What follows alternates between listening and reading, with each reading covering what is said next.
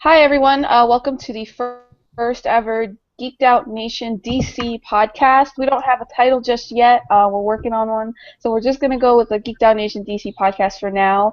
For our first episode, I am joined by Geeked Out Nation's comic co-editor, Jadobi. Say hi.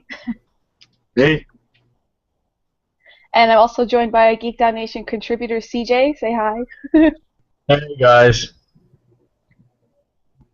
Basically, what this is going to be is it's just about DC Comics, a little bit of everything, the biggest storylines, the biggest news that's coming out from DC. Some of the things we'll say are nice, some of the things we say are not going to be so nice, but that is just the world of comics. And we're not afraid to call you out on it. So what we're going to do to start is, since this is our first episode, everyone's going to just go around real quick, introduce yourself, and let the viewers and listeners know your favorite three DC titles right now, or a particular storyline that you're enjoying. You guys want to jump right in? Sure. Yeah, I can start. Hey guys, so CJ here. Big fan of what's going on at DC right now. I'm loving Green Arrow. I think that might be my top DC Universe book right now. I'm also really liking Batman, and I'm liking a few Vertigo titles like The Wake especially and Astro City. And Jadobi?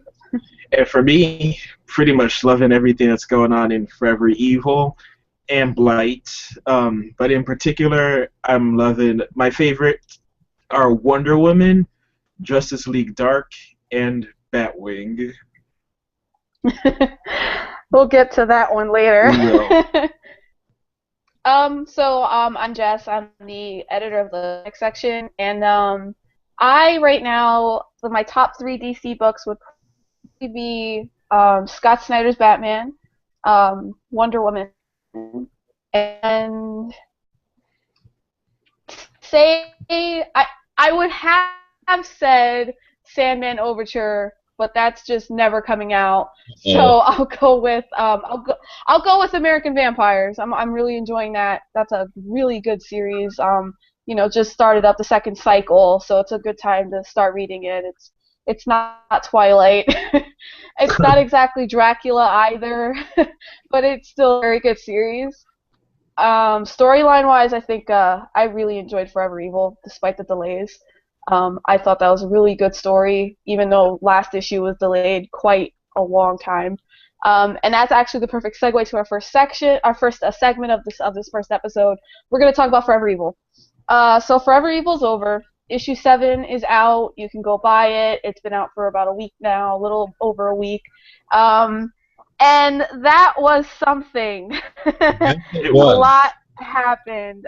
For those of you who didn't read Forever Evil, basically, Crime Syndicate came from Earth 3 and destroyed pretty much everything. They took over. They took over the world. They threw the Justice League into the Firestorm Matrix. The only two heroes that were around were Batman and Catwoman and Cyborg, who was not in the best of shape for a big chunk of this series. And the title came from the fact that villains like Lex Luthor, Black Manta, Captain Cold, they were helping to rescue everyone. They saved the DC universe, and it was delayed, as I mentioned. Issue 7 did not come out on time, and a lot of other series moved on. So it was a matter of, we already know how a lot of these things move on from Forever Evil. So it's just a matter of when will we actually get to read the ending of Forever Evil. And I think the consensus between the three of us is it was a good event. It was. I wrote a review for Forever Evil 7, and I stand by it. I think Forever Evil is one of the best events in recent years. It was a good bad guy versus good guy, with the little twist that the good guys were actually the bad guys, and it wasn't very complicated. It didn't try to do too much. It was really just a Justice League story. So what did you guys think overall of Forever Evil? Did you enjoy it? What did you dislike about it? Well, I'm right there with you, Jess. I really enjoyed it. Like you said, the seventh issue was delayed, but man, after reading it, I thought it was well worth the wait. Actually, Hmm. I was impressed with it as a whole. It didn't waste its time. I felt it kept moving pretty well.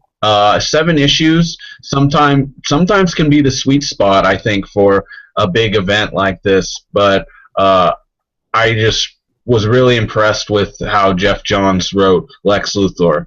I think a lot of people would say he's the star of the book, and I'd agree. I had a blast reading it. I thought that this was a very fun event. I mean, it never went over your head. It was straight good guy versus bad guy or bad guy versus bad guy. There were some surprises here and there, but nothing was really thrown in there for the sake of shock value. And I Hmm. think just for the fact that a lot of these heroes are starting to come into their own role, it kind of gave a lot of them that room to step up if they were still in the background, because the Justice League, they were basically out of the picture most of the time. And so it basically gave a lot of other heroes the opportunity to really stand out. And that was something I really enjoyed. As I really also liked the times, like I will always say, uh, Forever Evil Rogues Rebellion is probably one of the best tie-ins I've read in a while. Hmm. Like that one was fun, straight to the point. Yeah. And of course, again, it just gave you another reason to like the villains. Hmm.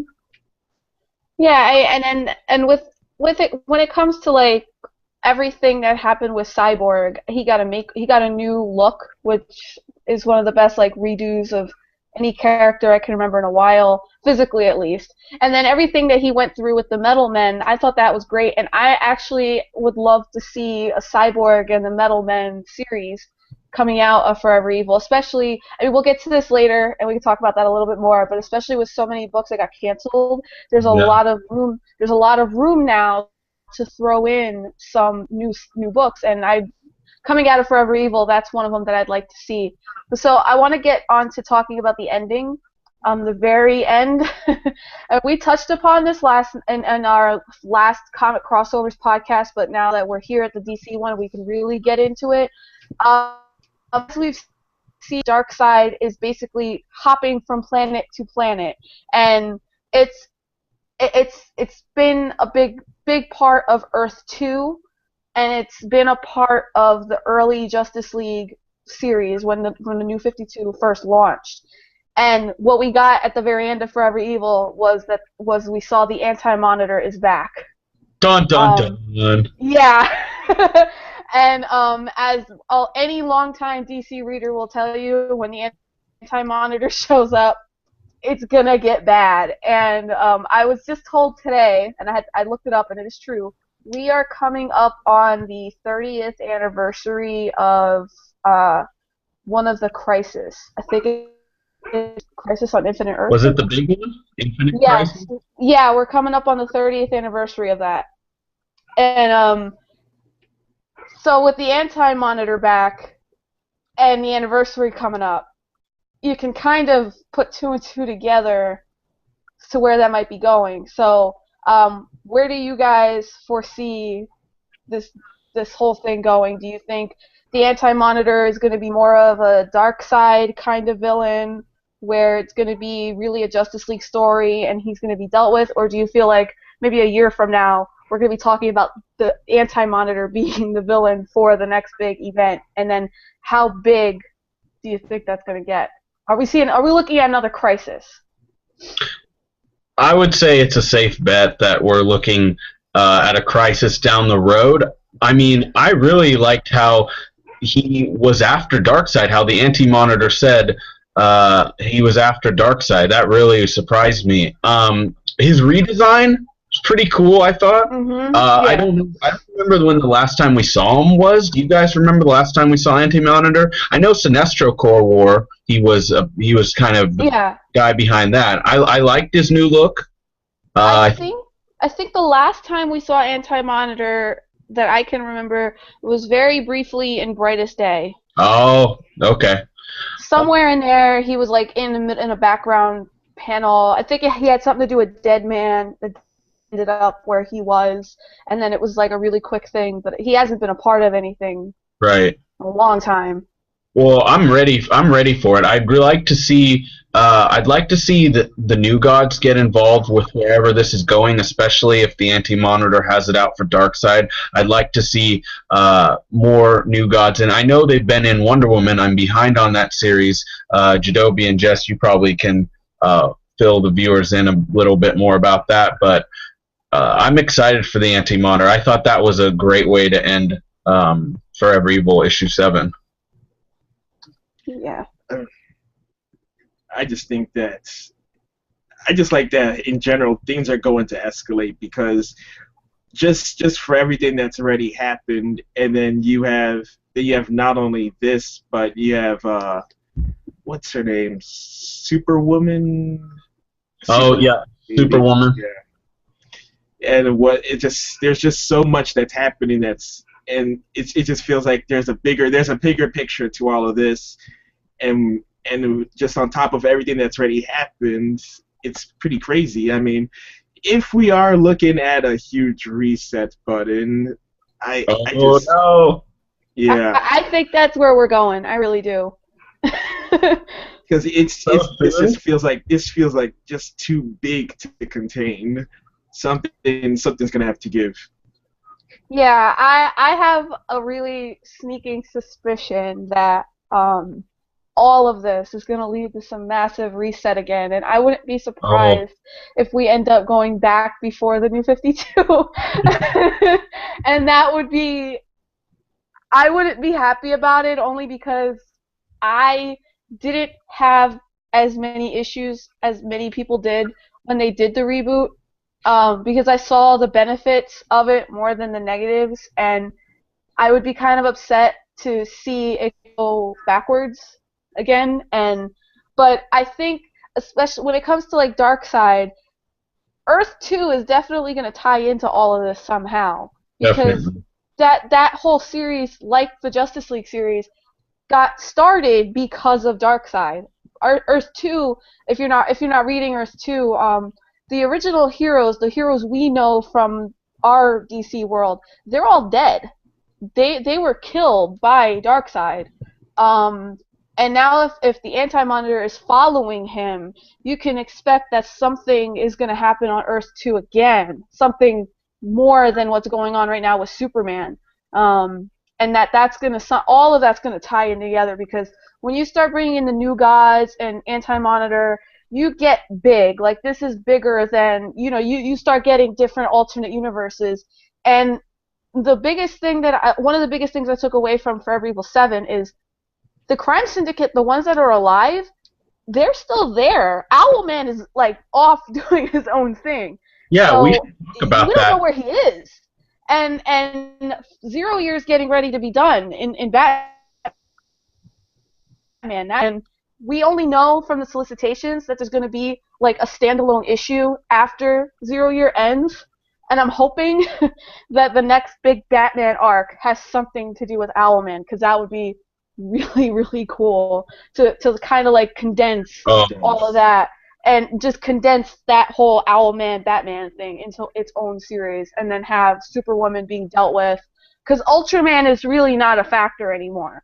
Realistically, he's not a factor, because on this planet he can't fight, because he's the opposite of Superman. He can't fight, but Superwoman can, and she's having that baby. So something's gonna give, and I'm hoping that we see it like take its time.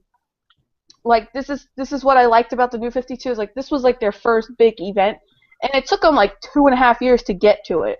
Trinity War was more of a crossover, and this was like their first big event with multiple tie-ins and all that jazz. So I'd like to see them wait like another 2 years and keep building up, and then do some huge event. Like, when all these series get to like the late 40s, the late issue number 40s, I'd like to see something big happen. Because right now I'm enjoying the aftermath. Oh yeah, I think they should take their time with the aftermath. Like you said, fingers crossed for more Owlman. That's what I want. I thought he was so cool in Forever Evil. He was so cool. His relationship with Dick Grayson, I want to see Yeah. that go. That was maybe a slight criticism I did have of Forever Evil, Hmm. the finale, is that we didn't get too much resolution with Nightwing and Owlman, and I was really interested to see where that goes. But like you said, he's still on Earth, and hopefully some creators have all the time in the world to work with Owlman. I'd love to see him show Yeah. up in Grayson. That would I be a would great love to see idea. that too. That would be a great idea. And just in general, like seeing like Owlman himself is just such a cool character because he is so much more twisted and dark. And the thing with event books in recent years is they never really end.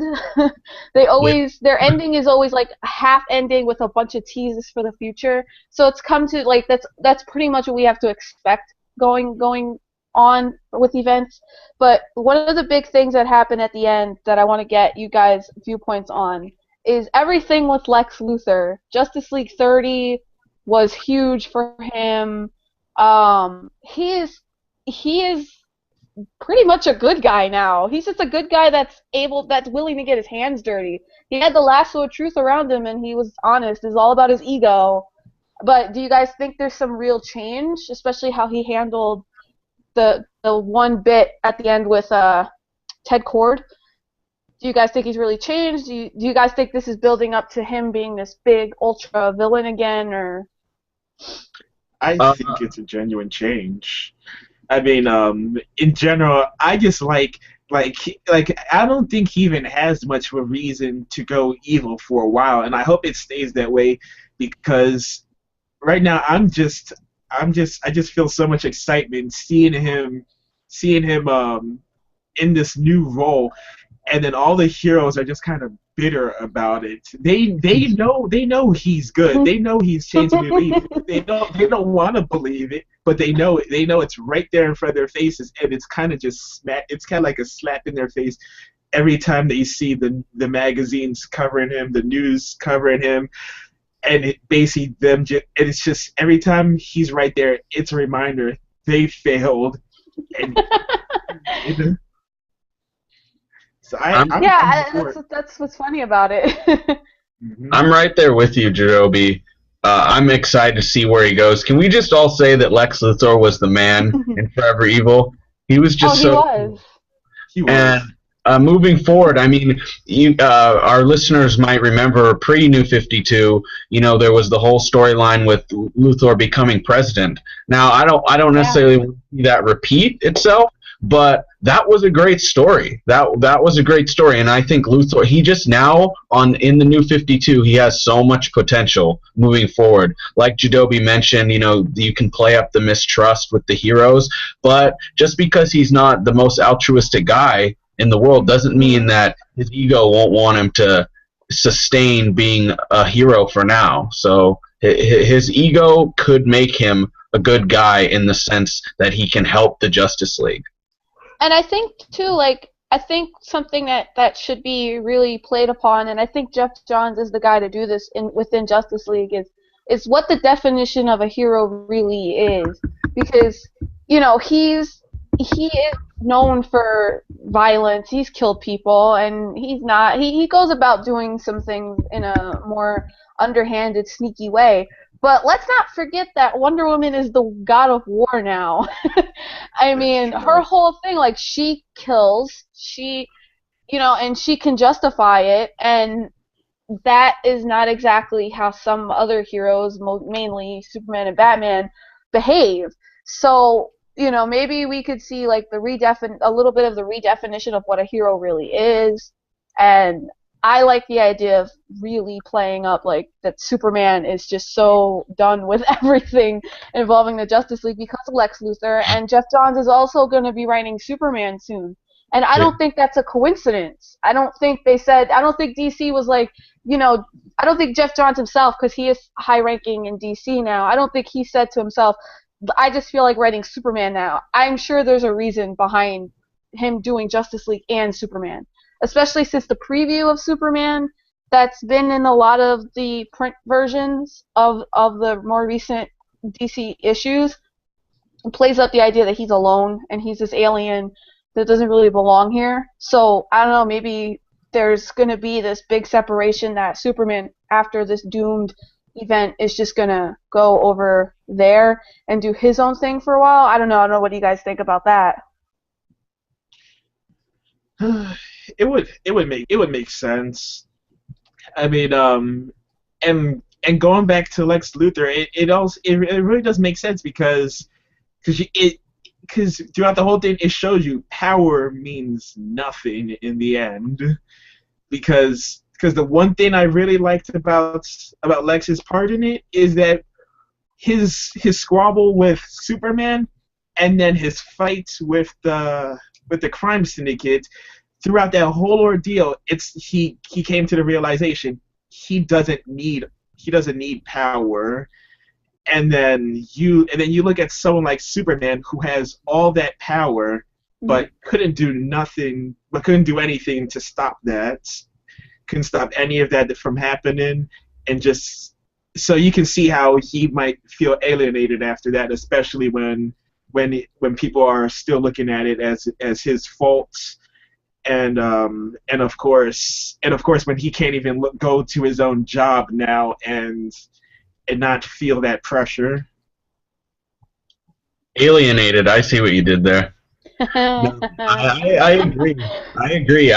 There was a great bit of dialogue with Luthor in Forever Evil where he mentions how he now views powers as a weakness because you can rely on them so much. Well, you can overly rely on your superpowers. And what you mentioned, Jess, I also think is really interesting. There's no coincidence that Johns is writing Superman. I mean, as some of you guys will remember, when he was writing Green Lantern, so many of the big events were around the Green Lantern universe, Yep. previously. And I feel like now moving forward, he's kind of gonna slowly reshape a lot of the big events around the Luthor Superman dynamic, which we've done it with Green Lantern. I say, let's do it with Superman.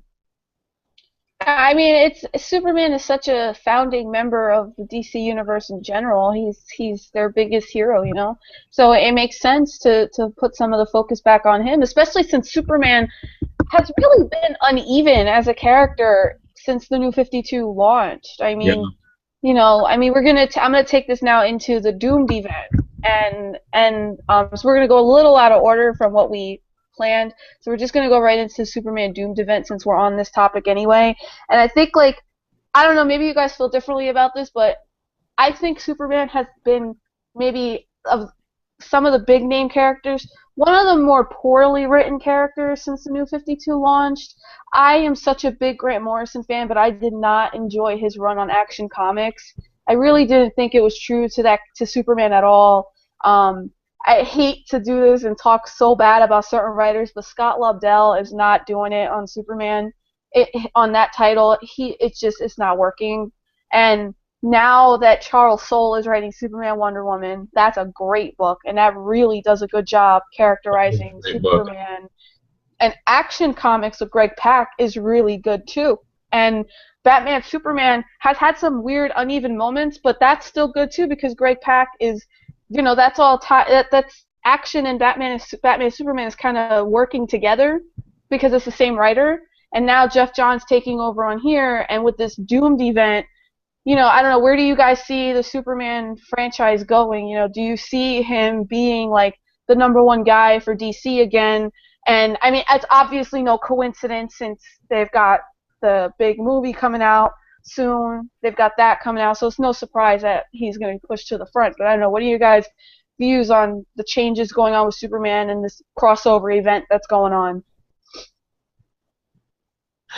I mean, I mean, as much as I'd like him to get that push, I do feel that for now he's probably just that kind of hero who'll do better to feed off of others. Like I think he just needs to. I just like the same kind of relationships he has in Wonder Woman, Superman, Batman, Superman. I think those are working for him, and something like that. Like I would be okay with just that. I mean, because for some heroes, you just had those periods where you just gotta give them some time. You just gotta, when they could have a solo series, you probably just put that aside and just do something else with them. Let them take a back seat or share the spotlight with someone else who could bring out something unique or creative in them that you wouldn't see by themselves. Yeah, Superman has had a rocky past couple years, in my opinion. The character. I wasn't a fan of the Superman core series. Action Comics was okay for me, but I think, like you said, Jess, with Superman, Wonder Woman, that series is very good. And previously, I wasn't interested, and I've heard a lot of people talk that Superman is a difficult character to write because a lot of people don't know exactly what to do with him. And Yeah. with Doomed coming up, I'm or it's going on right now. I'm excited. I have moderate expectations because I'm not the biggest fan of Doomsday, but I like what they're doing with this the virus, this new Doomsday virus. So we'll see how it goes. Yeah, it's weird because they've been really back and forth with whether or not Doomsday ever killed him. Yeah, And we're not sure about that. I feel. yeah, Have they mentioned that if that's Death of yeah. Superman is canon? I don't know because Grant Morrison specified in his action run that it happened, but later on it's been insinuated by dialogue that it never happened. That they did have that he has had run-ins with Doomsday, but like he never killed him Mm. in the sense that that story never happened. But it feels like I don't know, maybe I'm like looking too into this, but because he's infected like this and he's like slowly losing who he is, it's kind of like this is a new death of Superman. This is more like a metaphorical death of Superman, and I think it's like kind of clever, especially since you have like Greg Pak and Charles Soule who are just such good writers. They're involved in it, that they have such a big part in it that it's coming off really interesting. Like the Superman Wonder Woman #8, I believe it was. That has been my favorite part so far of this whole Doomed event because it really got into the head of Wonder Woman and it really got into the head of Superman a bit, showing how he's like losing who he is. And I don't know. I think like you guys mentioned with Lex Luthor, like I think this is going to be Superman getting a push, but a push in the sense that he is going to take a back seat. I don't foresee him being in the Justice League past the summer. When this Doomed event is over, when Jeff Johns takes over, I don't think he's going to be a member of the Justice League anymore. I think he's going to go off on his own because of everything that's happening in Doomed, and maybe that there'll be some strife between him and Wonder Woman, because let's not forget that it was hinted when Booster Gold came, that one moment early on in New 52, that something's going to happen because of their relationship. So, Right. I mean, yeah, something's going to happen because they're together. And maybe this is going to spin out of Doomed, or we're not even close to that happening, or that's never going to actually happen. That was just thrown in there to throw Booster Gold in. I don't know. What are you guys thinking? I don't remember that scene with Booster Gold offhand. I have heard a lot of people talking about the hint that Batman, Wonder Woman, and Superman there's going to be more of a love triangle involved between the three of them. I don't know if that's just rumors as of now. Well, yeah, because he did say when they were trying to get them out of the Firestorm Matrix, Batman was the one that took the lasso of truth because he That's said right.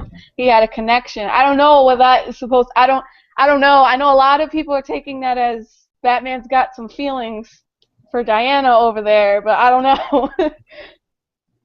I don't know. That would be crazy though. Think about it. I mean, people who watched the Justice League cartoon and Justice League United Unlimited, that was like a couple people shipped Yeah. Wonder Woman and Batman. People were really into that idea because they had a flirtation in that cartoon. So maybe we're gonna see a little bit of that in the comics. I don't know. I'll tell you one thing, I wouldn't approve of that. I wouldn't I approve don't it I don't like that coupling at all. because I was pretty upset. I was as upset as Catwoman because she went above and beyond helping him, put her life on the line, and then just to figure out he might have a thing for Wonder Woman. And she's like, "What about us?" And he just kind of gives her that look, and he's like, "Whatever, I'm out of here." Like I would be as pissed as she is. You just don't know where his head is at. I don't know. The Wonder Woman Batman relationship would be.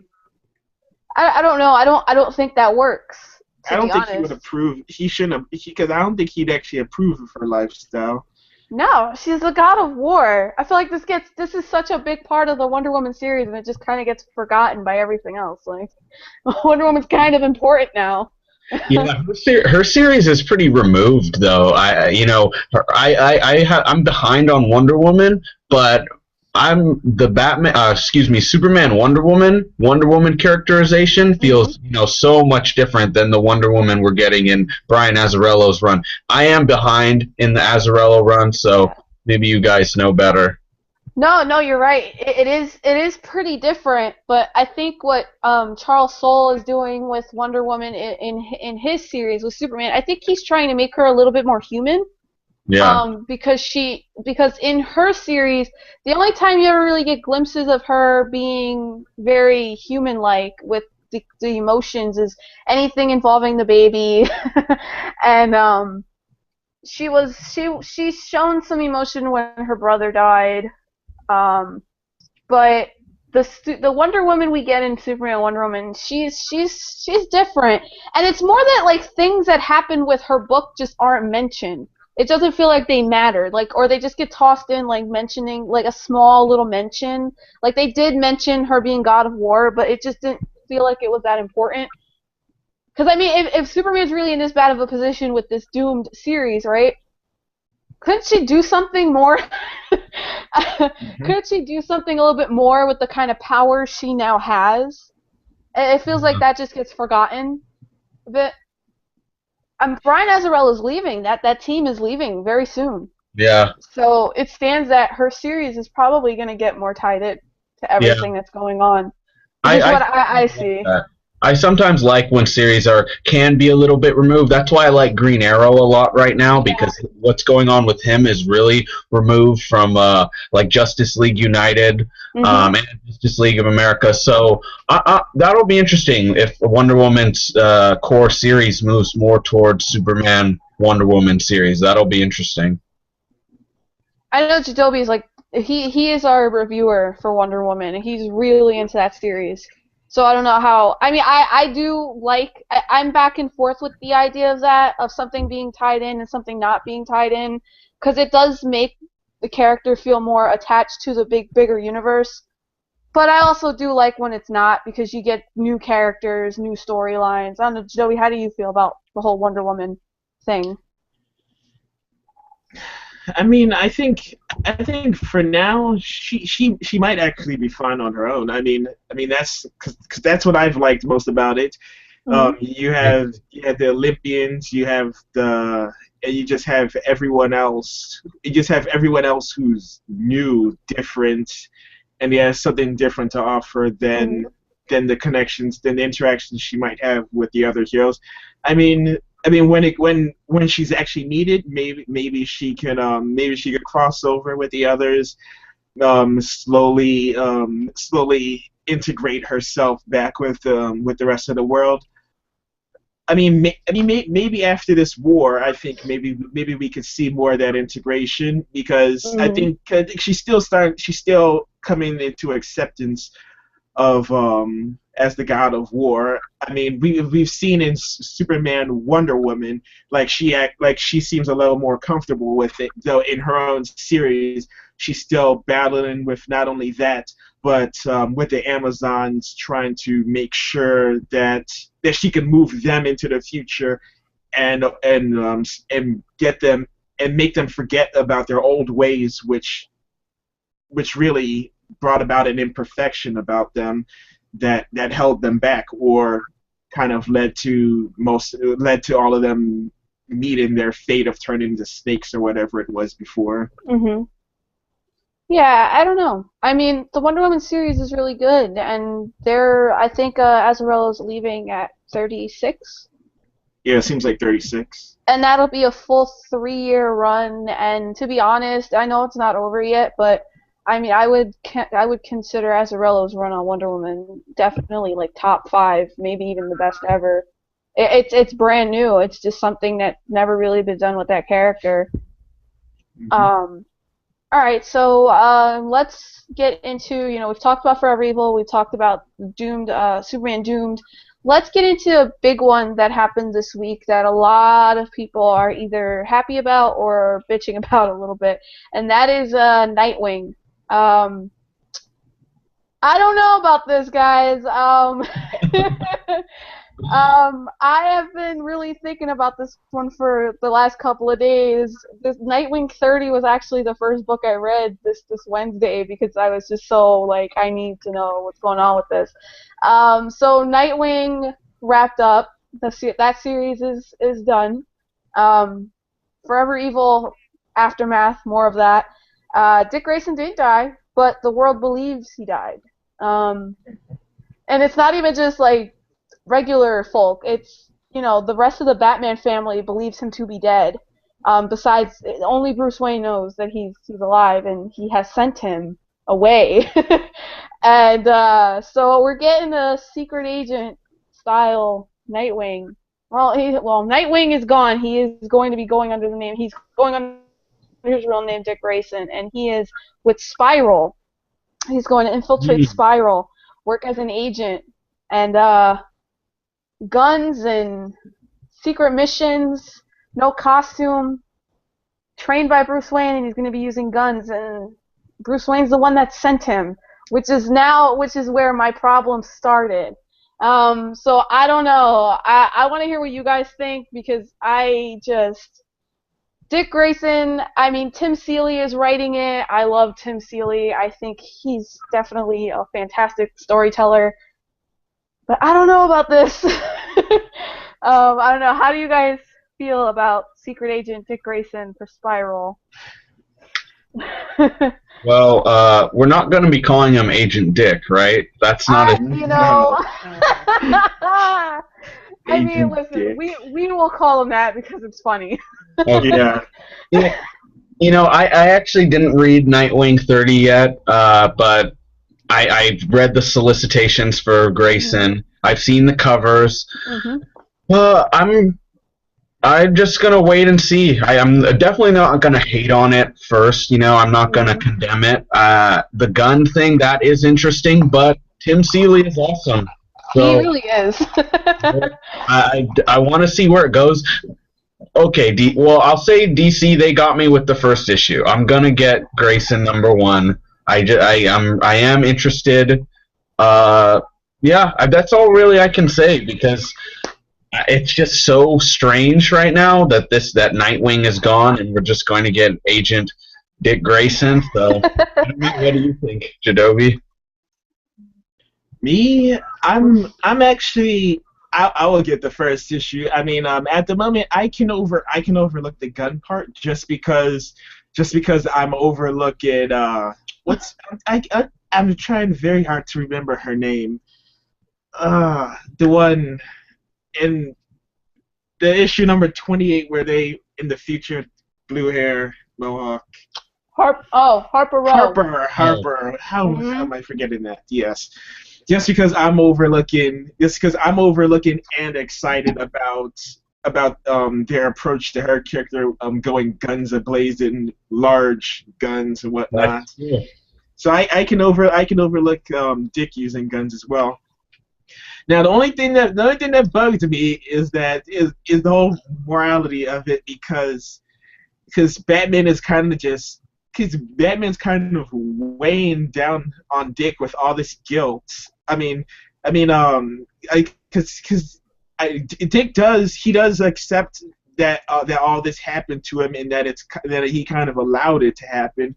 Yeah. But Batman is still he's kind of being a dick himself. he's Yes. he's beating him up, not giving him much of a choice.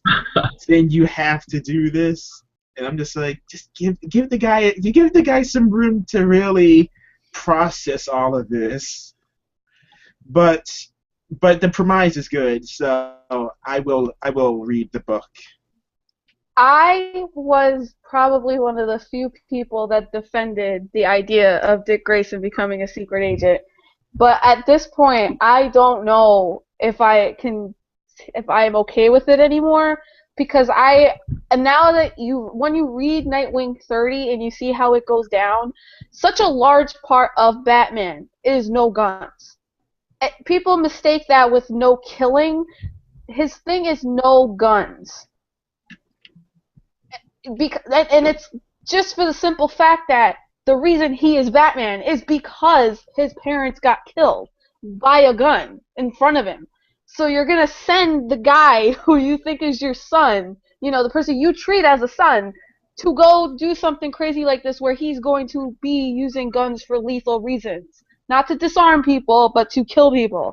And it's just, the whole thing is starting to rub me the wrong way, and I am going to read the first issue because I don't want to right away hate it, and I'm going to make sure that I go into it not totally against it, but the setup, the reasoning behind it is a little weird to me, because I thought after reading Forever Evil 6 that we would get Dick Grayson on his own faking his death.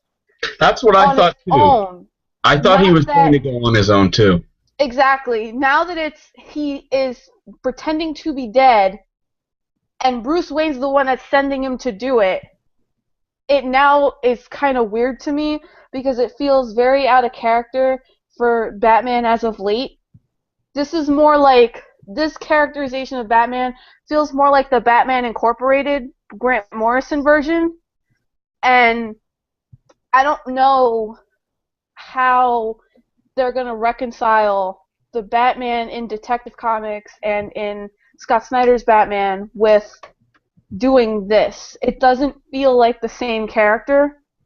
It's very off to me, but I do like that Spiral is being brought back in, because Grant Morrison's run on with all of that was so good that it's cool that they're trying to bring that back in.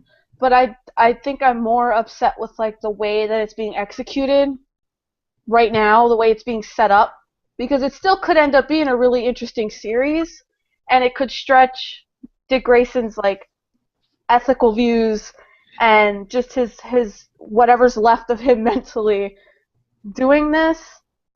But it's just weird, because that's probably my own fault, because I had it thought up differently in my mind that he would fake his death, and because the world knows who he is, that he has no choice but to go do something totally different. I just don't know, because if you're reading Batman Eternal, this doesn't feel like it takes place, it would make any sense with that. There's a lot of things here that just don't add up to me. So I mean, I just don't know. I'm more skeptical now than I was before, just because I don't like the setup. Do we know who's doing the art on Grayson? I don't know. Let me see. Let's see if I can find it, because I mean, I'm sure it's someone we know, because it is Tim Seeley. They're not just gonna pair him up with somebody that's not very good. As long as we don't get Grayson being too much like Jason Todd, that's what it kind of felt like when I saw the solicits. I felt like he's moving more towards a Red Hood type character, and I don't want to see that. But like I said, I'm gonna give the series a chance. Yeah, I mean, if you're a fan of Dick Grayson, or you're just a fan of the Batman universe in general, you pretty much have to give it a chance. I mean, so I'm gonna do two. The artist on it is Mikael Janin, so I don't know who that is. I have never actually seen his work, but the covers are going to be done by Andrew Robinson, so at least the outside will look really pretty. But yeah, it's such a weird situation, I don't know. The Batman sending him to do all this is what is kind of throwing me off of being into it. I mean, and especially like the timing is so weird, and Dick Grayson mentions this in the issue that Damian just died. Damian didn't die that long ago in their time, and now he's dead. The only person that knows he's alive is Bruce Wayne. And after Death of the Family, it's just going to widen up the divide because eventually someone's going to find out. Eventually it's going to come out that Dick Grayson's alive. And, like, Batgirl, Batwoman, I mean, this is probably why he's running around with Harper Row and Stephanie Brown now, because everyone else doesn't want anything to do with him. Because even Tim Drake was not happy to see him in a couple issues back of Batman Eternal. He wasn't too excited to see him. So, I mean, that's what it looks like, is that the reason he's hanging out with these two is because nobody else wants to talk to him. I don't know.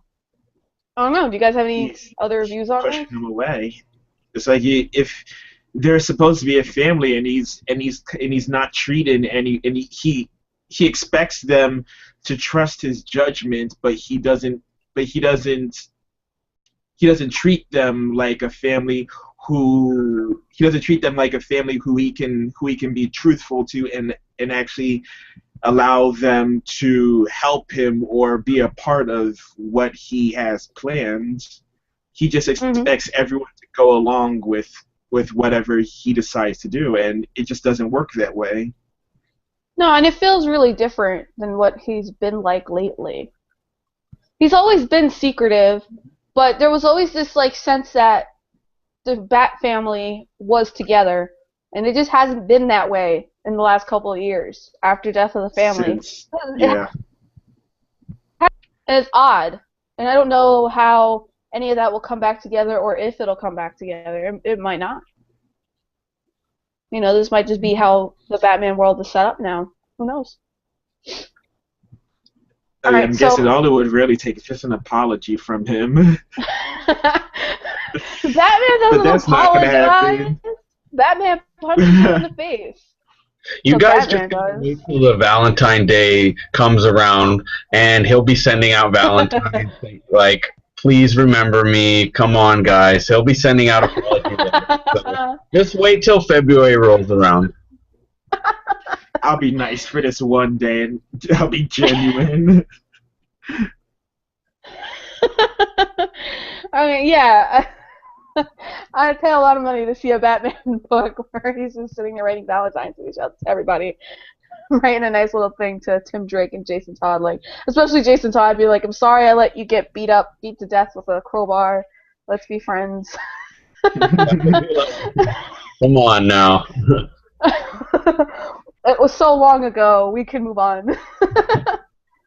That would be funny. I'll pay for your therapy sessions. Yeah. Alright. So let's move on to our final bit of talking piece here for first episode of the DC podcast. So June solicitations came out. Don't know if you guys got a chance to look at them, but the big thing there that we should probably discuss first. There were a bunch of cancellations of some low-selling books. Fortunately, they are low-selling, so that's pretty much why they get canceled.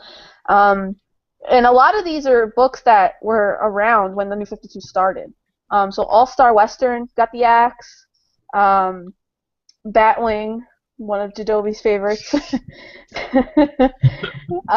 Birds of Prey.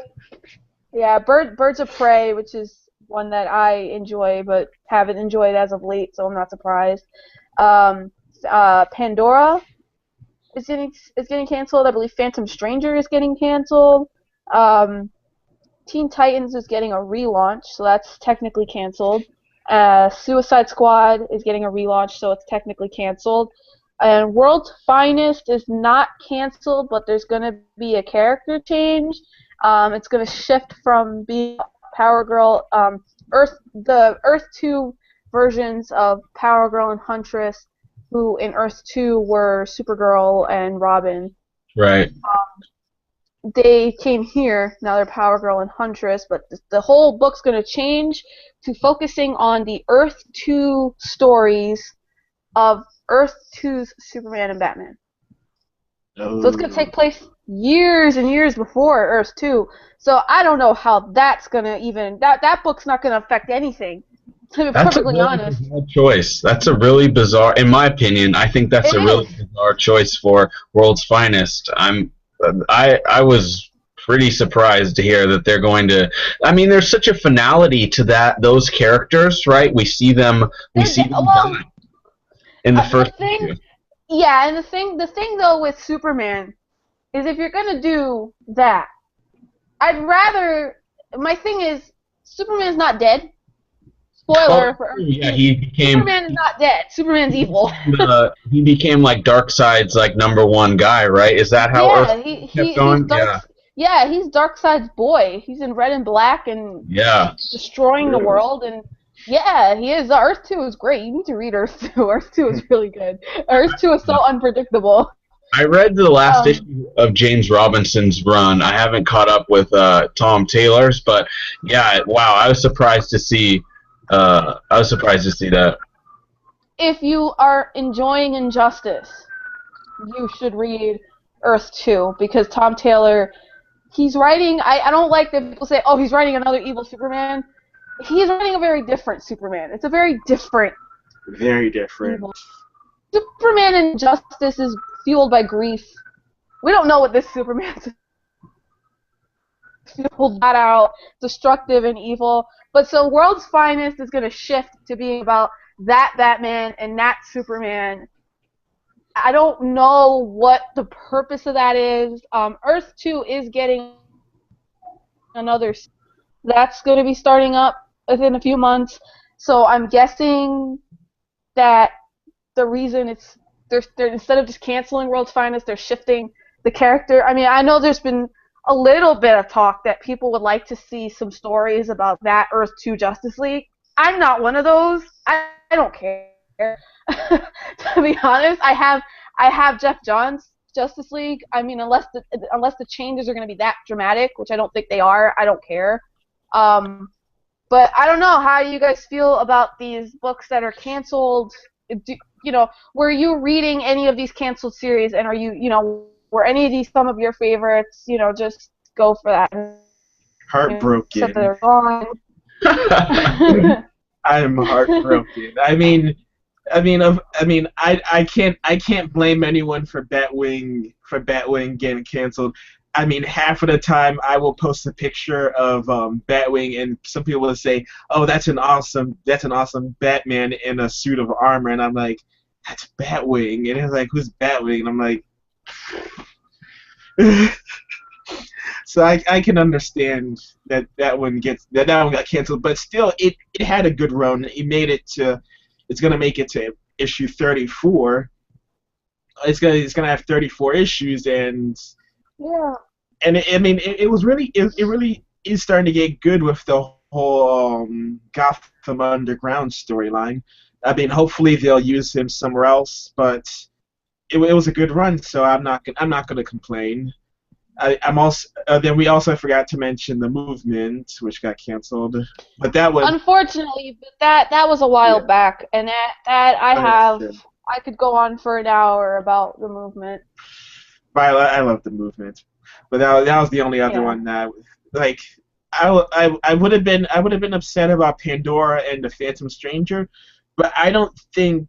But even with how they stepped up between Trinity of Sin and that and Blight, I don't think they didn't really take advantage of those events to give them the popularity they needed. I don't know. CJ, how do you feel? Like, are there any of these titles that you were reading? Were you reading any of these titles that got canceled? I was reading Phantom Stranger. That was pretty cool. It wasn't, one of my go-to books, but it was pretty cool. I wasn't reading any of the other ones. I feel Jadobi's pain, though. I know what it's like when your books get canceled.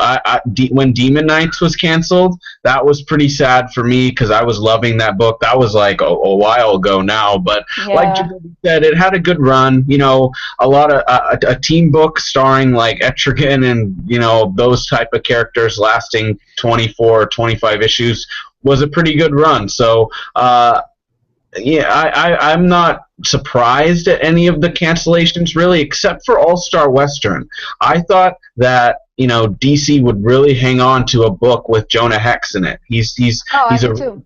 he's a really big character, and that's Hmm. even though I wasn't actively reading it, I'm sad to see it go because I think just Jonah Hex having his own book is good for DC. I don't. I think with Jonah Hex, I think I wouldn't be surprised if he makes the move to Vertigo That again. would be awesome. I think that could be really cool if you get the right creative team. Honestly, I think you could keep Jimmy Palmiotti on it and just let him Yeah. really take that character and do some dark, dark stuff with it. I mean, that book wasn't all, that wasn't a happy story. Oh That no. And he's that was a he's bit Jonah's dark. guy. He is like he's Jonah's guy. So yeah, Jimmy Palmiotti, Yeah. keep going. I say if that's an option at Vertigo. I mean, look, we could talk Vertigo a little bit at another time, but Vertigo has not been the same since Karen Berger left as editor. It just hasn't been the same. That it Yeah. hasn't. I mean, it just hasn't. The Wake, Trillium, that's pretty much it. That's come out of that. That's just been like dynamite that people really got into. American Vampire was around before this new Yeah. editor, but it hasn't been the same. A moving Jonah Hex over to Vertigo would not be a bad idea. Call Yeah. me, DC. We can make that happen. Oh, I'd sign a petition right now. I'd sign a petition. You're right, Jess, especially with Constantine and Yeah. Swamp Thing coming over. That was a big blow to Vertigo, but yeah, Karen leaving was an even bigger blow. So Mhm. I hope for Vertigo's sake and for comics' sake in general, we get some more creative stuff coming out of Vertigo because there's just so much history there. Yeah. I mean, Swamp Thing has been a success for Yeah, DC moving over. That's one of the best DC series going right now. Swamp Thing is great. Constantine, his series is not all that great, but Justice League Dark is good. So it's like give or take, yeah, But the thing with these cancellations is Pandora and Phantom Stranger were missed opportunities, to be perfectly honest. Because when Flashpoint ended and the new 52 started, Pandora was in all the first issues. So it yeah. was almost insinuated that she was going to be like this huge major character, that something major like universe shaking was going to involve her, and it just didn't. Like she's not that important. And Phantom Stranger, unfortunately, like there is a group of people who do really like Phantom Stranger, but that just I haven't seen rave reviews for it. I haven't seen fans coming out like all over that book. So I'm not surprised that those are gone. I'm not surprised. I'm a little surprised about Batwing, to be honest. I know it's a low selling title and that's probably why it got canceled, but he's become a part of Batman Eternal. He's got this whole storyline with Jim Corrigan now with the Spectre. So it's like, well, you could have easily just tied that over there. That would have been something. But Birds of Prey, that's getting relaunched. Birds of Prey is like one of those books that you just can't really do without. You really can't do without. That's like the all-female street level hero team. Can't really. I mean, they just have to find the right writer because that just was not that good the last year or so. So I'm not surprised it got the axe either. Didn't But it have a female Talon in that book in Birds of Prey? yeah, yeah, they did. Yeah. They introduced Katana. She had a series that got canceled as well, but she's an okay character, and that had Black Canary,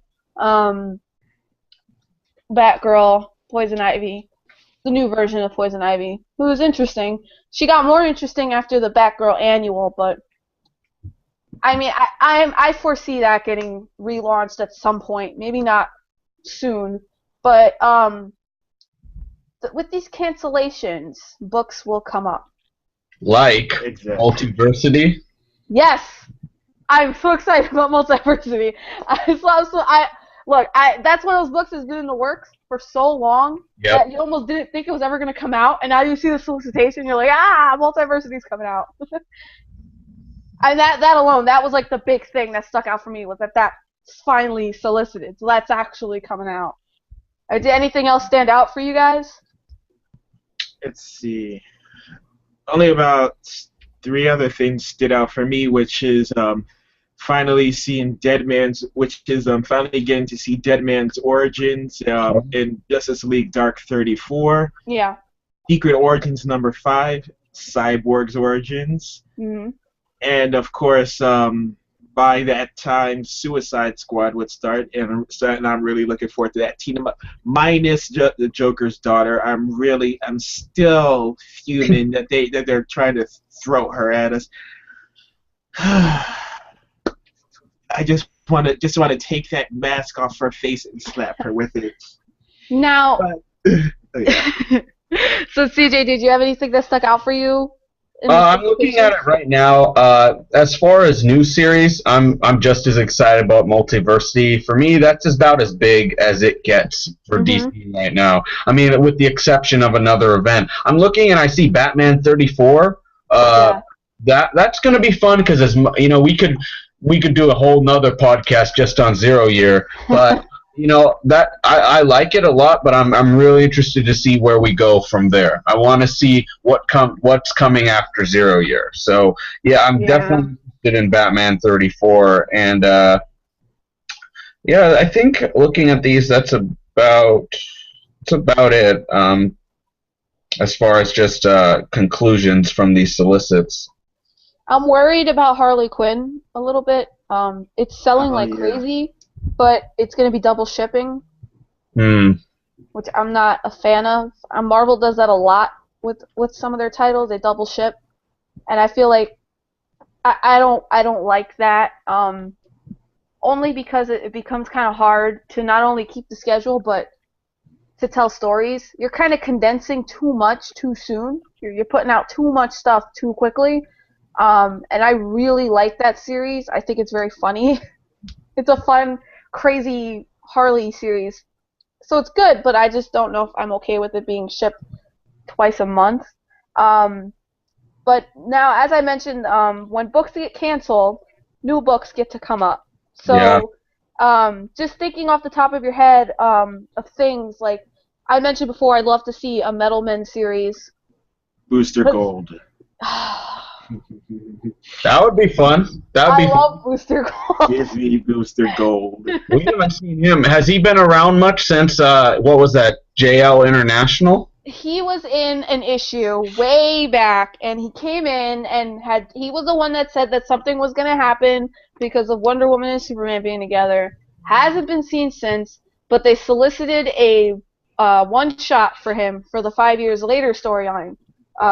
For Future's End for September, he's gonna be involved. He's at least gonna have a one shot. Yeah, that'd be awesome. A Booster Gold series. I don't even know how that would work in the New 52, but that would be amazing. Mm-hmm. And if they're willing to try again with younger heroes, they should give Blue Beetle or Static Shock another chance. Yeah, I'm still open to that. Yeah, Static Shock, that was a whole fiasco. I remember when that got canceled, but I think that'd be cool. Give him another chance. Now with Ted Kord back into it, I agree with you, Jadobi. That'd be cool. Yeah, Ted Kord could get his... Yeah, I would like to see Blue Beetle, Booster Gold thing going on. That'd be awesome. I would fangirl about that. I mean, like at the moment, I'm satisfied with Sinestro. That one has been crazy. Oh yeah, that Sinestro has been really cool. It's only on issue 2, and I'm ready to see that get going. Also, I know we said it before. Owlman appear. Let's see more Owlman. That's true. Yeah. I don't think he's going to get his own book or anything like that, but I'd be fine with it, honestly, if they get. I want to just see more of him on this earth. Hmm. That's what I'm thinking too. Is if you want to do something with Owlman, I don't know if another Batman title Yeah. would be in the cards, but maybe a title with one of the Bat family looking for him, I Hmm. guess. I mean, like Stephanie Brown is back, and if you've been reading Batman Eternal, like you really feel bad for her. Her Oh parents yeah, are awful. Oh my god. they're horrible. Are horrible people. They are trying to kill her. They are evil supervillains. And poor girl is on the street. She is in phone booths. She does not know what's happening to her. Her mom is giving her a run around. Her dad is Clue Master. Like, I mean, maybe once they get, I mean, once they get her in her costume and she becomes spoiler, maybe that she could get a book. Hmm. I mean, Try to that take would her be parents cool. down. Yeah, or like she's working really street level, more like the people in the movement were, and that would be like kind of the spiritual successor to the movement in a way, that she would be very, very street level, still connected to the Bat family, but not so heavily, and Yeah. that she has a run-in with Owlman or something. I don't know, but I mean that's the only way I could think of getting him involved. It would have to be something like that. 'Cause I mean they canceled Birds of Prey and Pandora, so there's like an opening now for like new female character to get a book, and a lot of people have been talking about. If you read the Batgirl annual, the recent one, a lot of people have been talking about giving Poison Ivy a series I've seen the Oh. Twitter. I've seen that all over Twitter. because of how Uh, that went. yeah. Hmm. And if you've been reading like this version of Poison Ivy, that could, I don't know how that would sell, but it'd be worth a try. I think it'd be worth a try. She's definitely getting a ton of exposure right now. I feel her and Scarecrow are getting so much exposure in the New 52. Scarecrow's been everywhere, and I mean, wasn't Poison Ivy in Swamp Thing for a few issues? She was involved. She was a big part of Swamp Thing's part of Rot World. Yeah, Hmm. Yeah. when that with an Animal Man crossover, and a lot of people have been having their own little theories that at some point she's supposed to take over for Alec Holland anyway. Hmm. I don't think that's gonna happen anytime. I don't think we're ever gonna actually see that happen. I think that's just one of those things that's like, oh, in like You 20 just years know it's time. gonna happen. Yeah, it's like one of those things. But her working maybe with Swamp Thing or doing her own environmental kind of thing, because the Batgirl annual opened up like a whole new thing about her powers, how she works, how like it made her more sympathetic, made her a lot more complicated. Her mood and appearance can change based on the season, so she's a lot more. Her emotions and her moods will change drastically depending on the season, and that affects a lot of the things that she does. Um, and that's why people were saying, all these cancellations, let's give her a book. Hmm. Oh, Um, you're right. yeah. And I also liked her part in Rogue's Rebellion, Mm, because with all the villains doing their own thing, you see how she's kind of human at what the crime syndicate are doing, because when they're killing the world, they're weakening her, and she kind of kidnaps the rogues and tries to use their powers to try to bring back the plant life on Earth, and mhm, you kind of see how that's more important to her than power mhm. or just personal gain. So I think they really should focus on they really should focus on her powers, exploring what those mean to her. Yeah, I really would like to see Metal Men though. After all that happened with Cyborg and their distinct personalities, those were some of the best Justice League issues ever Yes, of this Justice League series. They were some of the best ever. I read Um, it just for them and Cyborg. yeah, Cyborg getting his own book, that would, but I don't want to see, maybe I'm like in the minority, but I don't want to see Cyborg on his own. I'd rather see Cyborg with the Metalmen. Cyborg as like the team leader of the Metalmen, because they had a really funny back and forth because the Metalmen were like, well, aren't you people? Yeah. You're people, you're not one of us. And he's like, well, I'm probably more of you than humans anymore. And, you know, I think that would be good. I mean, I don't know if you guys have any other series you might want DC to take a shot at. Uh, Characters. I think didn't they show a little tease of Doom Patrol characters in either Justice League or Forever Evil? I think we got like a tease of that. So I'm open to that. I'll always say more magic-based books. You know, I'd be fine with the Etrigan. Put him in, another incarnation of Demon Knights with some magical characters. With Zatanna, maybe Vandal Savage. Get him in there as a villain. So I'm always for more magical books. So Me too. yeah, Oh, the Zatanna book would be amazing. She hasn't had a book in so long. yeah, That's what I was That would thinking. be really cool. Because then that would broaden the Justice League Dark universe too. yeah. Mhm. I mean, one book is like, I mean, Justice League Dark is so good, and like one book doesn't really feel like it's enough to fill out that world, even with Constantine. But his series is more like he seems more on his own in that, and I feel like if they did a Zatanna book, that it would be like bigger. They had a Madame Xanadu one, I Really? believe, and He that appeared didn't. in both Justice League Dark and Demon Knight. She was that would be cool with her and Zatanna. Yeah. Yeah, I mean that's going to be the thing, is probably the next month, July, August solicitations. Probably more towards September, we're going to see different books announced. They're probably, I mean, as we're doing this, DC's probably figuring that kind of stuff out now, because their whole thing is they want to stay at 52 series. Yeah. What are they at right now? Well, they're canceling a few, so I mean they're going to need maybe like 5 or 6 new books. That's assuming they don't relaunch Birds of Prey. I don't know. I mean, they're going to have to announce some new books. I mean, Grayson is a new one. Multiversity is a new one. Yeah. The Earth 2 weekly series is another one. So they still have room. Oh, that's a weekly series. The new Yes, the new Earth 2 is going to be weekly. Oh my goodness.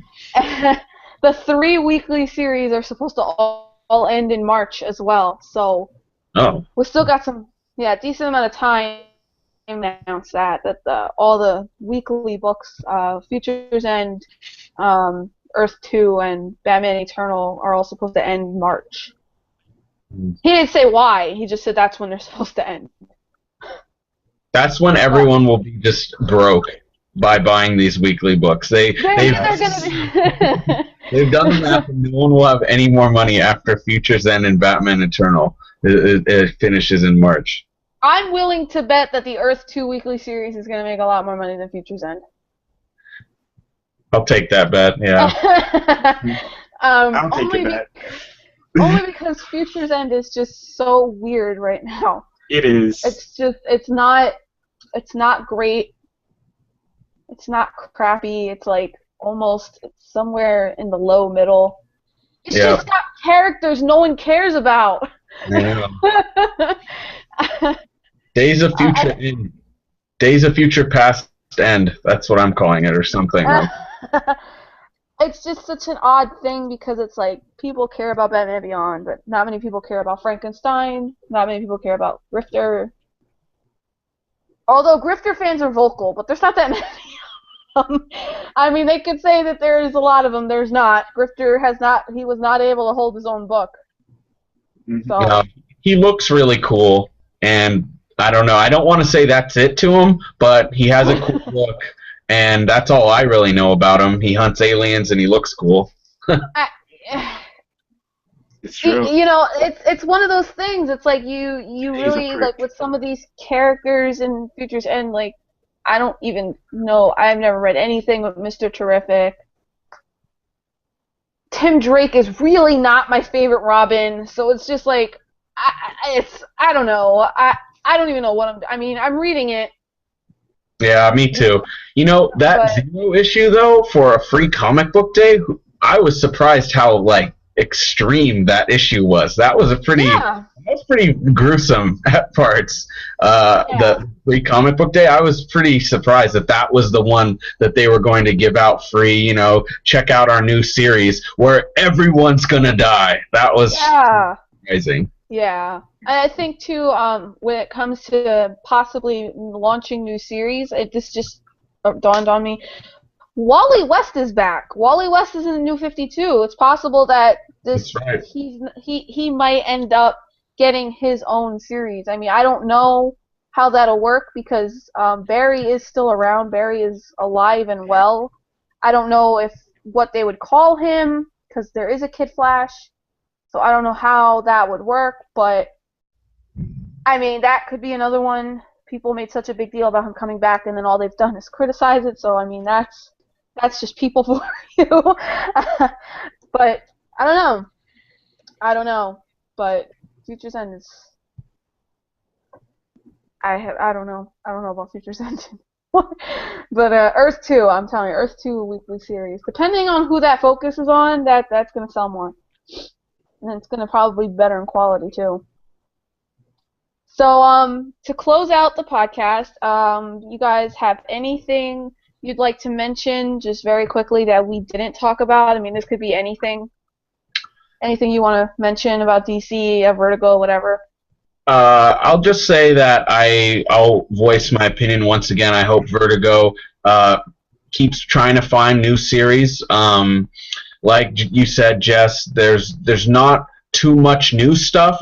If I don't know about Federal Bureau of Physics, I didn't check that out. I know Hinterkind is okay, but I'm such a fan of Vertigo's previous works that I hope they keep coming out. And lastly, remember this guy?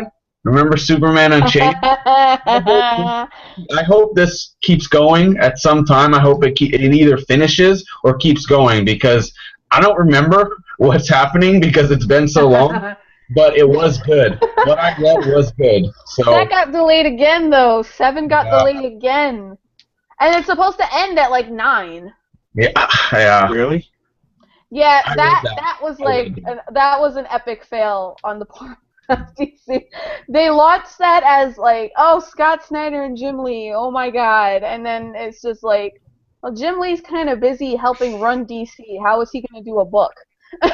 And then it's been like plagued with delays. It's supposed to commemorate the 75th anniversary of Superman, but then it just stopped coming out on time, and Yeah.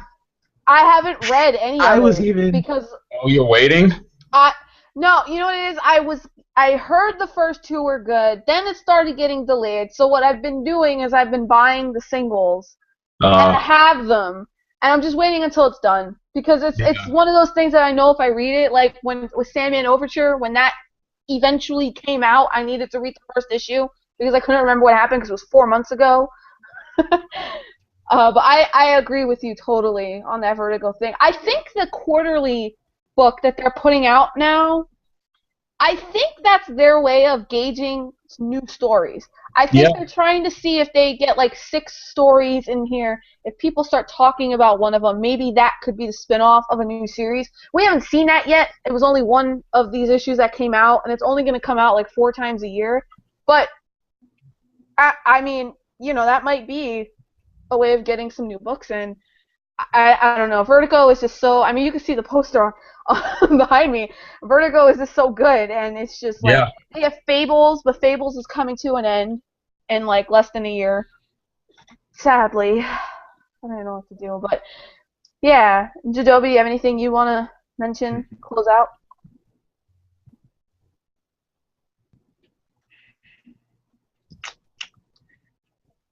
Uh, I know I had something, but it just completely slipped my mind. All Let me right. see if I can grasp it. We'll come back to you. I want to once again mention how awesome Lex, especially how he handled the crime syndicate. He stomped on Atomica. He stomped I her to death. know. Literally, he stepped I on her. felt so He bad for stepped on her. her. She Yep. deserved it though. I don't. She had that coming. I'm sorry. I'm sorry. I know it's vicious, but she started all this, Yeah. and he stomped her to death. That was. I. Uh, I don't know. I was expecting that. He just was like, you know what? No, I'm stepping on you. That's it. It's done. That was awesome. Everybody got taken out. Or how Power Ring, he got taken out pretty brutally. Sinestro handled him, Yes. and then he insulted him while he did it. Yeah, that was awesome. That was so cool. Sinestro was like, "You are no Hal Jordan," and then just ended him. That was great. Is it weird though that I kind of want Black Manta, Sinestro, Lex Luthor, and Captain Cold to like be a team and just go and do horrible things? I know yeah. it's weird. Oh no, I want They it should too. just be a team. That is a book I Yeah. want. Black Manta was handling business in that series, and then Captain Cold took out Johnny Quick by destroying his leg. Oh, And then It's like you're that not part- Flash. oh, jaw on the ground when his leg got frozen. That was and pretty. he stomped it, and he dismembered him. That was amazing. Yes. So that is what I wanted to mention. How awesome the violence was in Forever Yeah. Evil. And Like, I this want to say take no also, if you guys prisoners. haven't read Forever Evil, read it. Yeah. What was that, CJ? I just want to say, if you guys haven't read, to anyone listening who hasn't read Forever Evil, that's like maybe trade waiting, go for it. Like, regardless of what you've heard or any spoilers, seriously read it. Maybe even read Trinity War, because that was a fun lead into it. Yeah. I recommend Forever Evil to anybody wondering what I say go for it and read it. For the violence, read- kids. For the Read violence. Rogue's Rebellion. Read Rogue's Rebellion.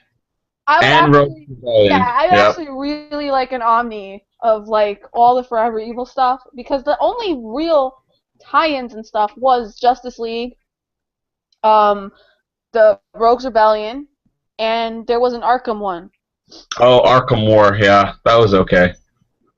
and there's a couple of Justice League issues. I would love an Omni of that. That would be I'd buy that. That would actually be worth it, especially since those tie-ins. I mean, Arkham War was like the weakest, but it wasn't awful. Yeah. It wasn't awful, but it was the weakest. But for the violence, kids, for the violence. For the Atomica violence. stomped. For Atomica getting stomped, that was great. Yes. Just sploosh. Oh man, that's why you gotta have Lex Luthor on your team, because when in doubt, he will literally squash someone to death. Mm-hmm. So, Jadobi, did you have the final thing you wanted to mention? No, I remembered what it was, but it was irrelevant. Well, no, go ahead. I mean, it was basically about those Superman Unchained thing. Cause I was like, I knew that wasn't going to work. The minute like the first or second issue came out, and I was supposed to do some interview with IGN with Scott Snyder and Jim Lee, and that never happened. So I was like, you know what? I don't think they're too into this book. But it's a well. All right. Well, I want to thank the two of you guys for coming on today. It was our first ever DC podcast. We will have some kind of catchy title for this at some point, and you guys will remember it and tell all of your friends about it, and you'll listen to everything we do from now on. So if you guys just want to go around quickly, tell people, where they can follow you on Twitter, or, find your work at. Again, I'm Jess. You can follow me on Twitter at Camacho Jess. I tweet a lot of comic book related stuff on there. I have lots of reviews and features on Geeked Nation. So check those out. You can find me on Twitter at NewGenXmen, and everything else, be it reviews or off the panel, check out geekedoutnation.com. Same with me. Checked out Geeked Out Nation, and you can follow me on Twitter, CJ_Udelson. Yeah. So thanks, guys. Thanks for listening. Yep, thanks for listening. You can watch this on YouTube. You'll be able to watch it on our website, and you'll also be able to download us through Podbean, and iTunes. Same place, everything you can get the comic crossovers at, you'll be able to find this podcast, our upcoming Marvel podcast, our X-Men Roundtable, and our hopefully upcoming book club podcast. So thanks for listening / watching, and we'll see you next time. Forever evil. Bye.